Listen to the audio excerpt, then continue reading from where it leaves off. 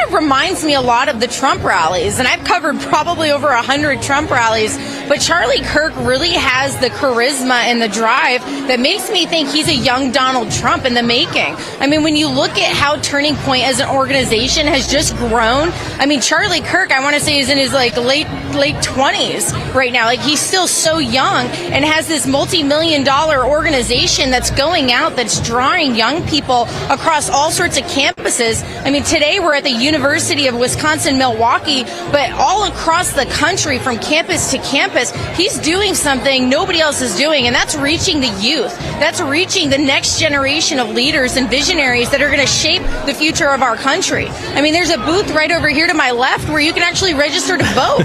And so he's doing something no other organization is doing, and it's just phenomenal to be a part of. Yeah, Heather, if I could just add, he's a self-educated person. And when I was a teenager, I was with the Young Americans of Freedom arguing with the libs and the commies on our college campuses.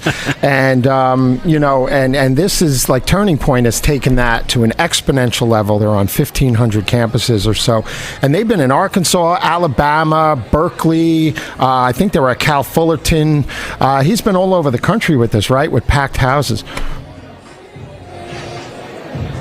Yeah, no, he's been all over the country. And, one thing I have to point out with Charlie Kirk is his faith is so important to him. Him and his wife both just have this incredible biblical godly marriage, and it's nice that these young people, these young conservatives, have someone to look up to, because in my personal opinion, part of the problem that we're seeing with all the rhinos and people in Washington is that we've completely removed morality out of the equation, right? That this idea that we just need to elect conservatives, but if conservatives, in my opinion, don't have a relationship with God, if they're not rooted in some sort of moral principle, then what's to stop them once they get in Washington from compromising on principles? And so that's one thing I'll say that I love about Charlie Kirk is that he does have a relationship with God, which means that he's learned the art of putting somebody else before yourself. He's not ego-driven. He's driven by a moral compass.